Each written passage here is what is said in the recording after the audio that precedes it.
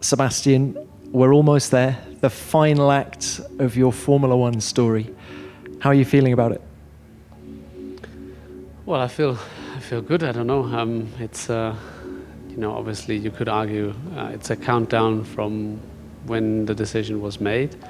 But I'm looking forward to the races. That I was looking forward to the last races and looking forward to the last one. But I'm not building up super high expectations just because it is the final one. So just trying to enjoy. How has your attitude to Formula One changed since the announcement? Have you been even more trying to extract the maximum from each moment? I think I just felt a big relief because the decision is a very big one, obviously a life-changing one to me, and one that that was in my head and growing inside me for a very long time. So, obviously you can imagine a lot of times, conversations with, my wife and with myself as well, trying to initially understand that voice that was creeping up and, maybe giving me an idea that it's time to move on. But initially pushed it away, and then it kept growing. So it's been confusing at the beginning, and then it's been a progress, I would say. And so once the decision was made and it was out, then it was quite a relief. And I think I was able to enjoy the time in the car a bit more because I didn't have these thoughts and to think about whether I will really do it or not anymore. Let's look at the stats. You're the third most successful driver in the history of Formula One, behind Lewis Hamilton and Michael Schumacher. Those 4 world titles, 53 wins, 57 poles, are those numbers a fair reflection of your talent, your speed, your commitment?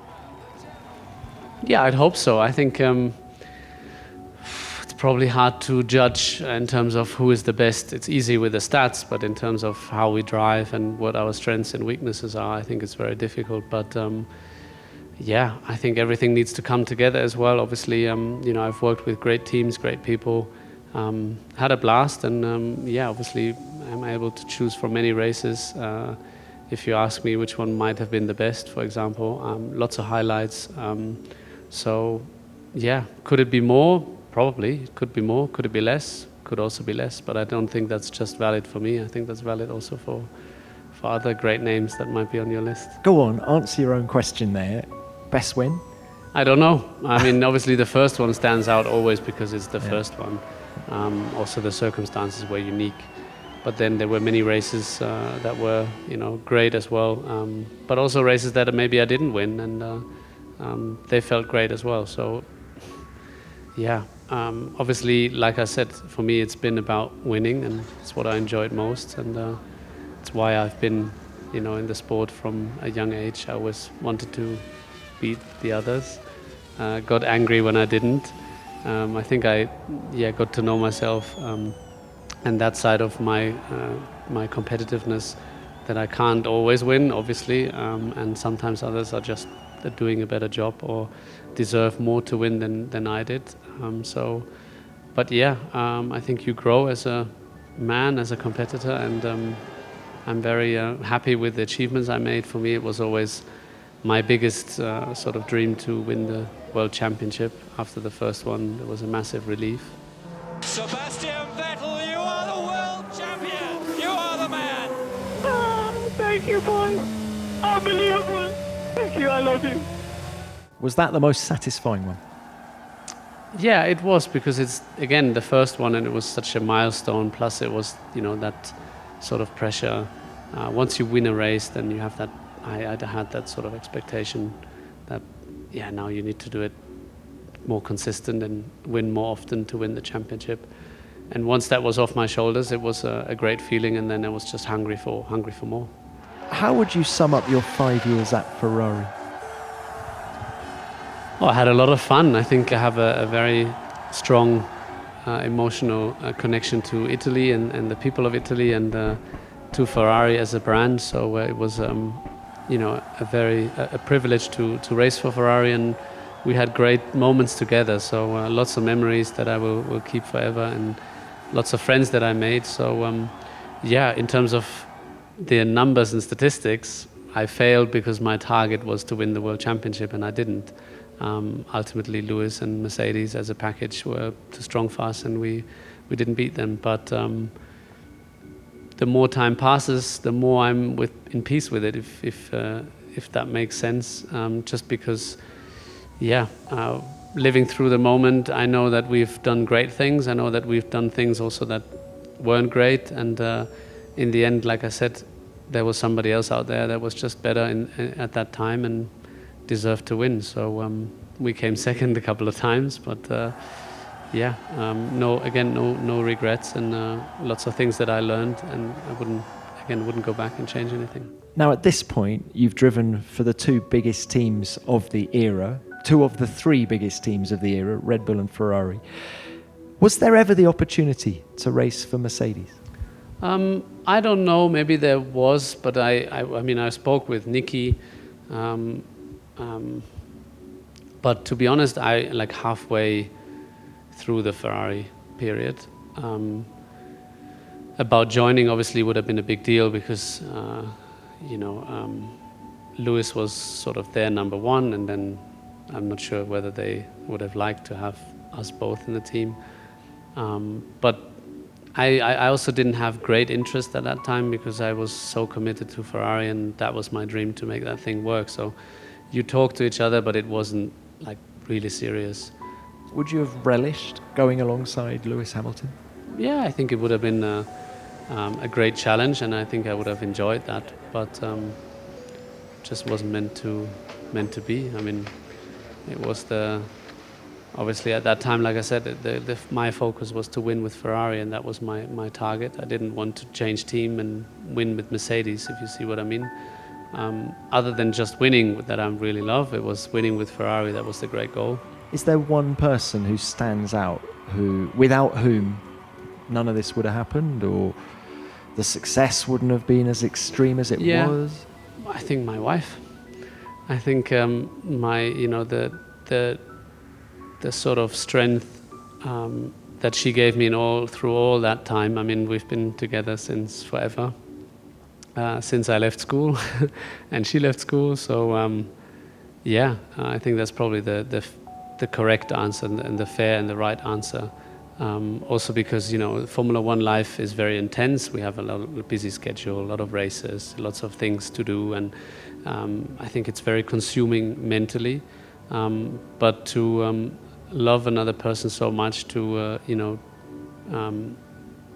put yourself second in a way, and give all the support you can over such a long time.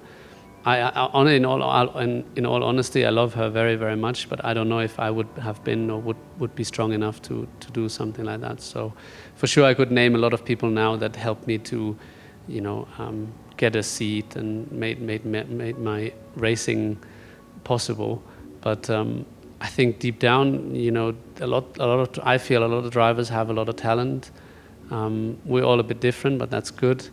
But I think in the end it boils down to just being in peace with yourself, being happy in your life, and being able to extract that talent when it matters. Keep your nerves together when it matters. And it's got a lot to do with balance in life. And life is bigger than those laps that you see on the track. So I think the correct answer here is my wife. I know you say you don't know what you're going to do next, but when I think of you in Formula One, I think of you in Red Bull. That's what stands out. That's where the titles were. That's where the wins were. Helmut Marko turns 80 next year. Could you ever envisage a day where you become their motorsport director, if that's the right word? Would you like to sort of give something back to Red Bull in that way? Well, obviously, it's been a very, very difficult year in this regard with the passing of Dietrich only a short time ago. So I don't know. I think for me, I'm happy to go into the unknown. And like I said, it's a bit about, not being selfish, but about self-discovery, because obviously I have the racing me that I know really well, and I had the racing environment that gave me a home for so long, but also gave me a schedule, gave me a rhythm, gave me so much to hold on to. And now I feel I'm ready to get out and learn about myself. Obviously, the day I decided to have children, I think part of my life I was happy to give to my children. And I don't feel that's a loss. I think that's a massive win. And I look forward to that side. But for sure, like I said, I don't want to live the life of my children. I think it's important that I find something together with my wife. She finds something, I support her. We will see what time will bring. But for sure, I'll have to find something that consumes me and gives me something to hold on to, and probably also something to outlive, or not outlive, live my ambition and my drive that obviously I have. I'm a bit mad and I'm a bit insane sometimes. So I need to find a place to do that. But it might be racing in a different form. I don't know.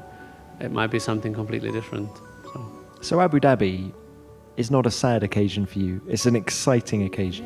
Yeah. That's more how I see it. I don't know if I'll be in tears and all break down, but I don't know. Maybe it sounds strange, but I thought about this so much, and it feels so right that I'm not scared of Abu Dhabi, and I'm looking forward to it, and looking forward to what's coming after. I know the adrenaline rush will be very different, and will be gone. The excitement of driving in places like Suzuka, pushing myself in the car to the limit and feeling the forces will be gone. And that makes me sad. But again, it's a trade for something different and something very exciting. Sebastian, it's been a pleasure talking to you. Thank you for your time, and you will be greatly missed. Thank you. I'll miss parts of it as well, for sure. But I think, like I said, there's always something waiting around the next corner.